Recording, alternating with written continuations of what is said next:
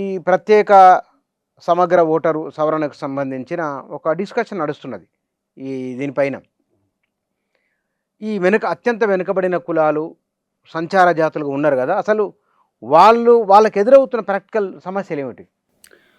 ఇప్పుడు సర్ అనేటువంటిది ఒక కార్యక్రమం ఎలక్షన్ కమిషన్ తీసుకొచ్చింది మనకు. స్పెషల్ ఇంటెన్సివ్ రివిజన్ అంటే సమగ్ర ఓటర్ల జాబితా సవరణ అనే పేరు మీద ఈరోజు కార్యక్రమం తీసుకోవడం జరిగింది. దేశవ్యాప్తంగా ఈ కార్యక్రమం ఒక్కొక్క దఫాల వారీగా జరుగుతూ ఉంది. ఫస్ట్ బీహార్లో జరిగింది, తర్వాత సెకండ్ ఫేజ్ వెస్ట్ బెంగాల్, ఉత్తరప్రదేశ్లో జరిగింది, ఇప్పుడు తెలంగాణ, ఆంధ్రప్రదేశ్ రాష్ట్రంలో జరుగుతూ ఉన్నది.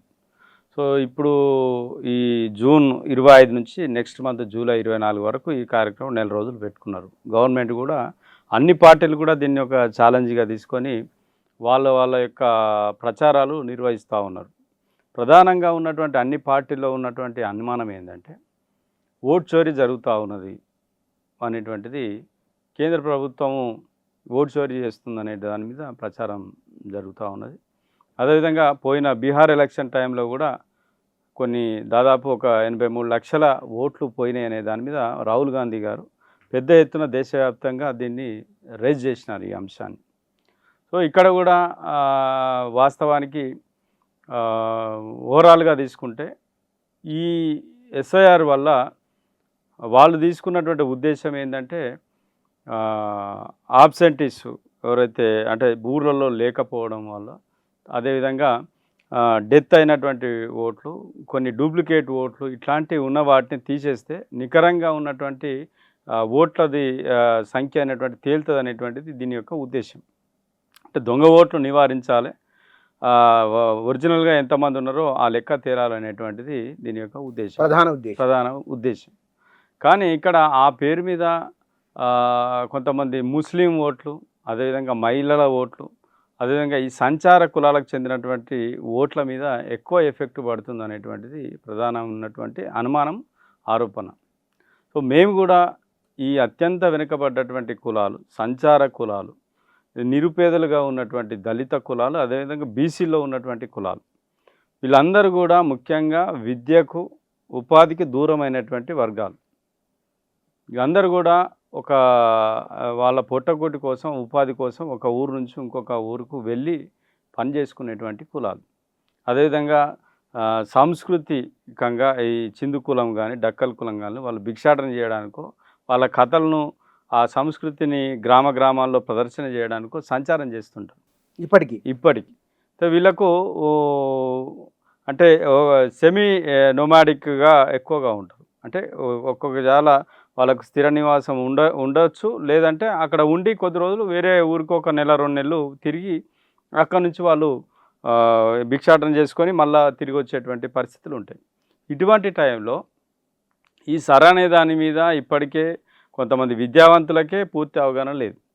సో ఈ కింది స్థాయిలో ఉన్నటువంటి వర్గాలకు వారు ఆబ్సెంటీస్ కనుక ఉన్నట్లయితే, ఆ గ్రామంలో ఈ అధికారులు వచ్చినప్పుడు వాళ్ళు లేనట్లయితే మళ్ళీ వీళ్ళ ఓట్లు కూడా పోయేటువంటి అవకాశం ఉన్నది. వీళ్ళ ఓటు నమోదు కాకపోతే ఇప్పటికే వీళ్ళకు కులపత్రాలు లేక వచ్చేటువంటి బెనిఫిట్స్ రాక రకరకాల ఇబ్బందులకు గురవుతూ ఉన్నారు, విద్యకు కూడా దూరం అవుతూ ఉన్నారు.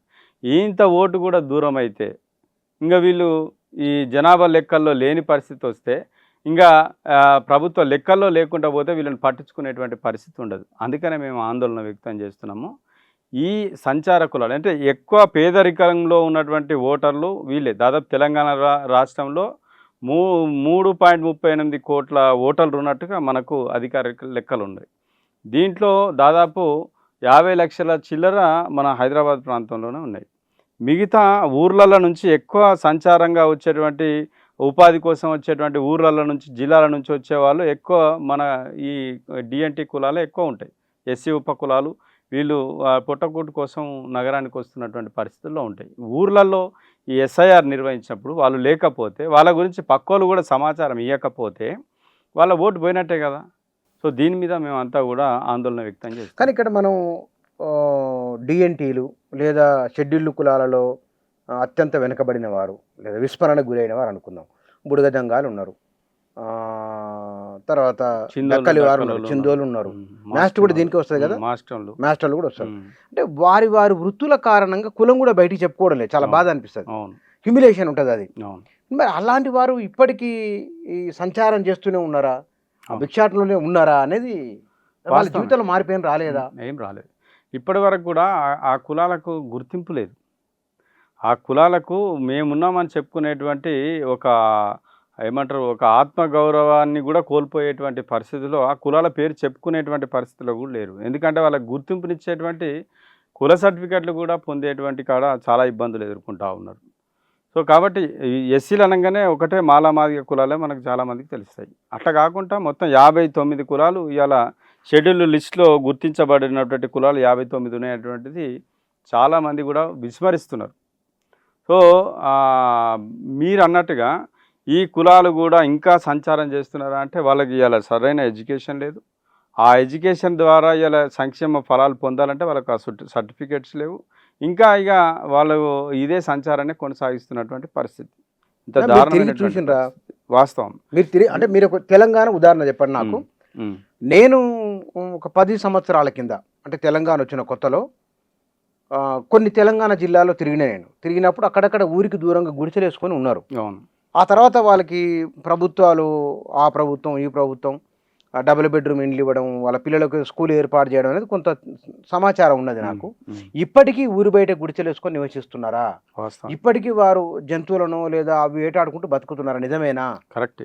మీరు జిల్లాల వారికి ఉదాహరణ ఇవ్వండి. మీరు ఒక్కొక్క జిల్లా తీసుకోండి. ఇప్పుడు ప్రతి జిల్లాల ఏ జిల్లాలో తీసుకున్నా కానీ ఇప్పుడు చిందోళ్ళు ఉన్నారు, మా జనగామ జిల్లాలో ఎక్కువ ఉంటారు, అదేవిధంగా కరీంనగర్ జిల్లాలో కానీ సిద్దిపేట జిల్లాలో కానీ ఈ ప్రాంతాల్లో చిందోళ్ళు ఉన్నారు.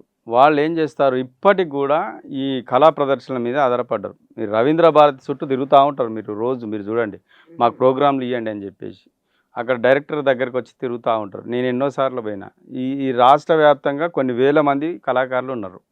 వాళ్ళు కళాకారులు, వాళ్ళ అవిటినే నమ్ముకొని జీవిస్తున్నారు. ఇంకొక ఉపాధికి వాళ్ళు అంటే ఇప్పుడిప్పుడు కొంతమంది చదువుకున్న వాళ్ళు కొంత పిల్లలు పోతున్నారు, కానీ ఇంకా ఈ మిడిల్ ఏజ్ ఉన్న వాళ్ళందరూ కూడా ఇప్పటికీ ఇంకా ప్రదర్శనలు ఊర్లలో చేస్తున్నారు. ప్రతి గ్రామానికి వాళ్ళు పోయి నైట్ పూట ఆ ప్రదర్శనలు చేస్తూ జీవిస్తూ ఉంటారు. చాలా మీరు ఇంకా కరీంనగర్ జిల్లాలో కానీ పెద్దపల్లి జిల్లాలో కానీ ఇక్కడ జనగామ జిల్లాలో వరంగల్ జిల్లాలో మీరు ఎక్కడైనా కూడా గమనించవచ్చు. నేను స్వయంగా పోయి వాళ్ళ ప్రదర్శనలు కూడా చూసిన పరిస్థితి, వాళ్ళ జీవితాల దగ్గర నుంచి చూసిన పరిస్థితి. డక్కలోళ్ళు ఉన్నారు, వాళ్ళు ఇప్పటికి కూడా ఇంకా భిక్షాటన చేస్తున్నారు, కిన్నెర పట్టుకొని ఇంకా అడుకొని జీవిస్తూనే ఉన్నారు. ఇంకా ఇది మాస్టిక్ కులపు వాళ్ళు ఉన్నారు, మాస్టిక్ కులం వాళ్ళు ఇంకా కళాకారులుగా వాళ్ళు కూడా చిందోలలాగా కళాకారులుగా ఉంటారు. అదేవిధంగా ఈ గారడి విద్యలు ప్రదర్శన చేస్తున్నారు, ఇప్పటికీ చేస్తున్నారు. గ్రామాలలో ఇప్పటికీ ఉన్నారు, కానీ వీళ్ళు ఎస్సీలు అనేటువంటి సంగతి చాలామందికి తెలియదు.